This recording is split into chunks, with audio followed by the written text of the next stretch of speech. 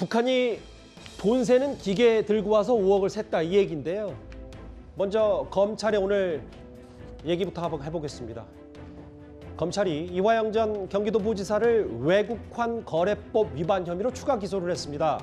그러니까 쌍방울 그룹이 북한에 전달한 800만 달러가 경기도지사의 방북 비용을 대신 내준 거란 판단을 공식화한 겁니다.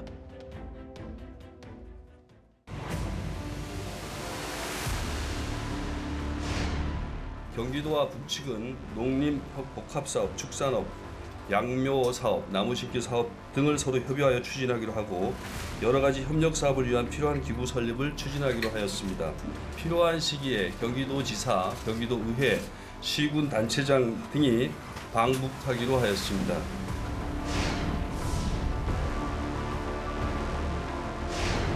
김성애 실장이 못 온 것도 상당히 아쉬운 대목이었습니다. 이번에 상당히 심한 독감이 걸렸다라고 얘기를 하고 있습니다. 그런 사정이 있다고 해서 갑자기 통보가 된 점을 양해를 구합니다.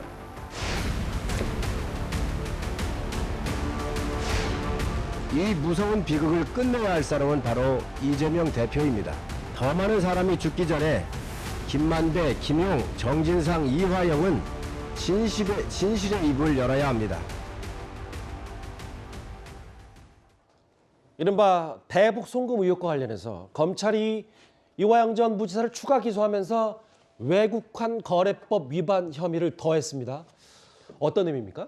이거는 대북 송금 자체가 이화영 평화부지사가 공범이다. 그러므로 이것은 이재명 대표에 대한 쌍방울 관련 의혹이 진짜 턱 밑까지 왔다. 이렇게 평가할 수 있습니다. 아하. 지금까지 이화영 평화부지사는 나는 모르는 일이고 쌍방울이 자기들 이득을 위해서 독자적으로 한 것이다라고 했는데 예. 그러면은 이게 지금 이미 기소되어 있는 3억 원 상당의 뇌물 및 정치자금 수수에 대한 거 이미 기소되어 있는 거하고 전혀 이게 지금 맞지 않는 내용이 되거든요. 뇌물은 주고 교류는 수년에 걸쳐서 했는데 전혀 의사 연락 없이 쌍방울이 독자적으로 행동을 했다. 사실 경기도의 움직임과 쌍방울의 움직임은 일맥상통하게 타임라인이 겹쳐서 흘러가고 있거든요. 예. 그러니까 여기에 대해서 이화영 평화부지사가 변소했던 내용은 믿을 수 없고 받아들일 수 없다.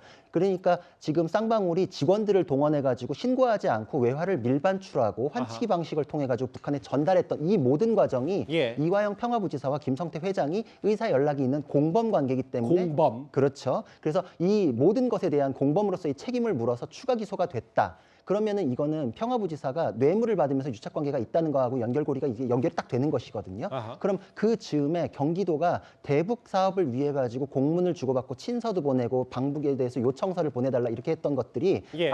이거에 의해 가지고 평화부지사까지는 연결이 되는구나라는 게 수사 과정으로 확인됐다 이렇게 볼 수 있고 이제 이재명 대표의 관련성 그거 하나의 고리만 남아 있다 이렇게 볼 수 있습니다. 턱 밑까지 왔다. 아직까지는 이재명 대표를 직접 겨눈 건 아니더라도 턱 밑까지 왔다.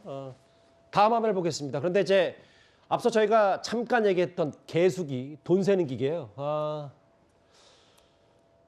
2019년 1월 중국 선양의 북한 식당에서 가방으로 약 3억 2천만 원을 했고 쇼핑백에 1억 6천만 원. 아태업 관계자들이 이제 돈을 넘겨주는 그 시점에 이런 지폐 개수기까지 북한이 들고 왔다. 북한 측이. 뭐 이런 정황들도 여러 관련해서 좀 나왔나 보죠? 그렇죠. 이게 이제 돈을 전달했다는 이제 명확한 어떤 증거, 뭐 이런 것들이 이제 여기 이야기되는데 특히 개수기라는 게 뭐냐면 예. 이 아태협에서 이제 직원을 데리고 북한 송명철한테 돈을 전달해 주잖아요. 예. 미화하고 위안화 뭐 이렇게 합해 전달해 주는데 이때 환율 문제가 생깁니다. 그러니까 북한 측이 보니까 당초 예상했던 것보다 돈이 한 6, 7천 위안이 빠진다는 거예요. 그러니까 이거 왜 저 돈을 다 세 보니까 돈이 환율상 자기들이 받아야 될 돈에서 빠지니까 안 되니까 이제 본인들이 가지고 있던 6, 7천 위안을 현장에서 바로 줬다는 거잖아요. 예. 그래서 왜냐 이래 주니까 우리는 돈을 맞춰야 된다. 맞춰서 이제 전달해야 된다. 왜냐 북한 같은 경우는 이미 약정된 금액이 있지 않겠습니까?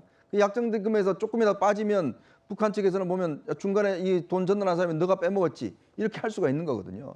그래서 본인들이 이 옆방에 있는 개수기까지 개수기라는 게 돈을 다다닥 세는 거 이겠지 않습니까? 그러니까 탁 해서 네. 지폐 세는 게 그 개수기잖아요. 그렇죠. 그걸 세서 환율까지 계산해서 정확한 돈을 받아갔다는 거예요. 예. 그만큼 돈의 어떤 전달 과정의 어떤 이 확실한 신빙성 이런 것들 더해주기 위한 그런 진술로 법정 진술이 나왔습니다. 일단 오늘 추가 기소한 부분은 이화영 전 부지사 당시 경기도 측과 쌍방울이 공범이다. 그 북한에 돈을 보내준 의도는 바로 당시 경기도지사의 방북을 위함이다. 뭐 검찰의 시각이 오늘 좀 여러 가지로 드러난 것 같은데 6, 7천 위안을 추가로 전달했다. 그러면 반면 이화영 전 부지사 측의 입장도 한번 살펴보겠습니다.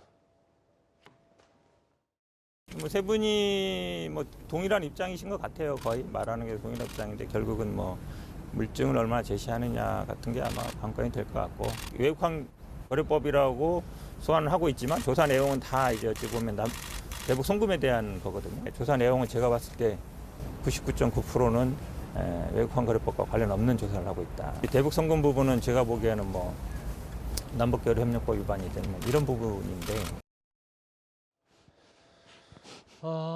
혐의 인정할 수 없다. 이화영 전 부지사. 그러니까 쌍방울이 본인들 경제 협력 위해서 독자적으로 돈 보낸 거다. 이게 일관된 이화영 전 부지사 측의 주장인 거네요. 그렇죠. 그러니까 지금 뭐 이재명 대표, 그러니까 당시 경기지사였던 이재명 지사의 턱밑까지 온 건 아니에요.